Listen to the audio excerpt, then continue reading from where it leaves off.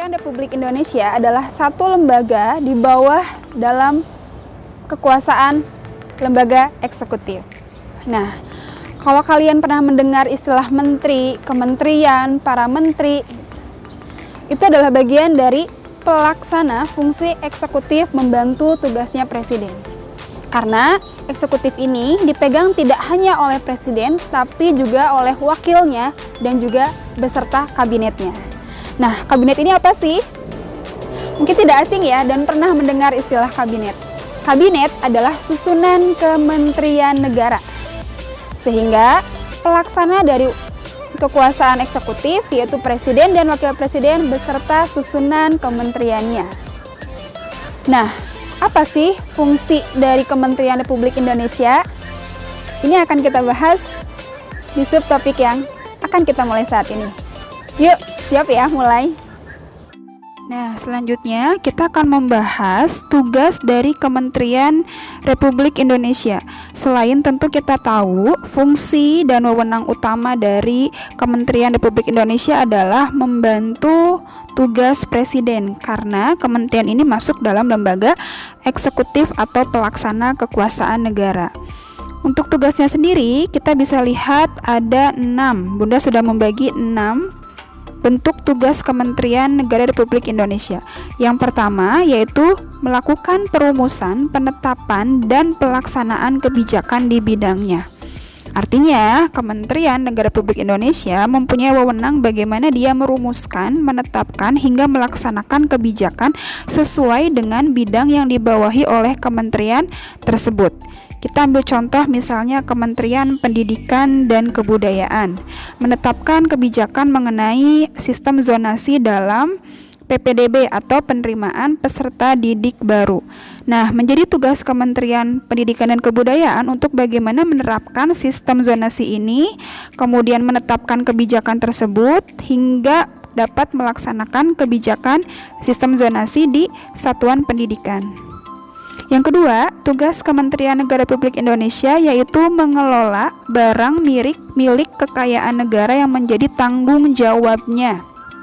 Contoh, Bunda ambil contoh yaitu Kementerian Perikanan dan Kelautan mempunyai tugas utamanya yaitu mengelola barang milik kekayaan laut negara Indonesia yang menjadi tanggung jawabnya. Artinya, Kementerian Perikanan dan Kelautan mempunyai tanggung jawab bagaimana mampu melaksanakan tugasnya untuk mengelola kekayaan laut sehingga dapat berguna sebaik-baiknya bagi kesejahteraan warga Indonesia.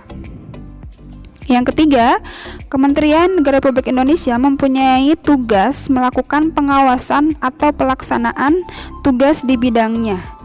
Nah, seperti contoh tadi misalnya kebijakan mengenai sistem zonasi dalam penerimaan peserta didik baru yang menjadi kebijakan Kementerian Pendidikan dan Kebudayaan. Nah, selain merumuskan hingga menetapkan kebijakan tersebut, tentu Kementerian Pendidikan Kebudayaan juga mempunyai tugas utamanya bagaimana bisa melaksanakan kebijakan sesuai dengan bidang kementerian tersebut, yaitu misalnya berkaitan dengan sistem zonasi dalam penerimaan peserta didik baru.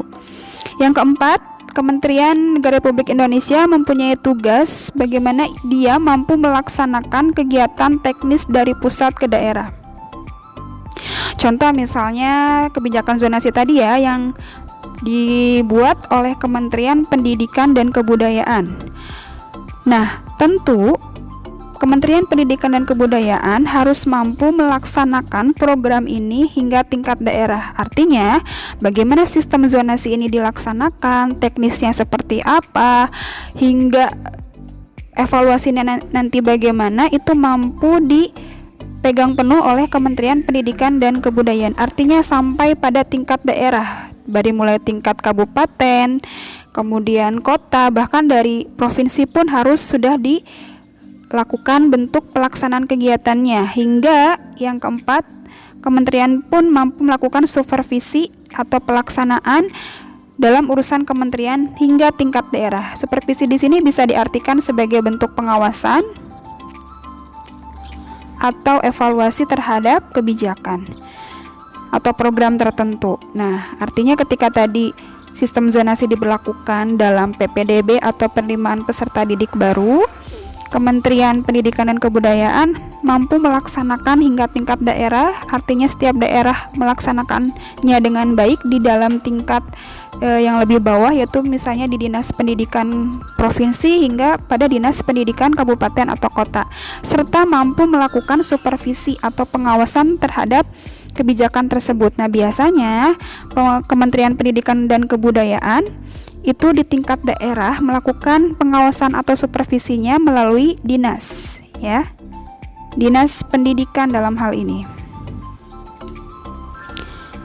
Dan baru yang terakhir, tugas Kementerian Negara Republik Indonesia yaitu mampu melakukan pelaksanaan kegiatan teknis yang berskala nasional. Mungkin contoh lagi yang tadi di sistem zonasi dalam PPDB, artinya seluruh wilayah di Indonesia itu mampu tahu terhadap kebijakan zonasi tersebut dan mampu melaksanakan dalam tingkat skala nasional. Nah, itu adalah ke-6 dari tugas Kementerian Negara Republik Indonesia yang fungsi ini dilakukan untuk mempermudah jalannya kekuasaan lembaga eksekutif. Sampai sini mudah-mudahan apa yang Bunda jelaskan bisa terpahami dengan baik ya.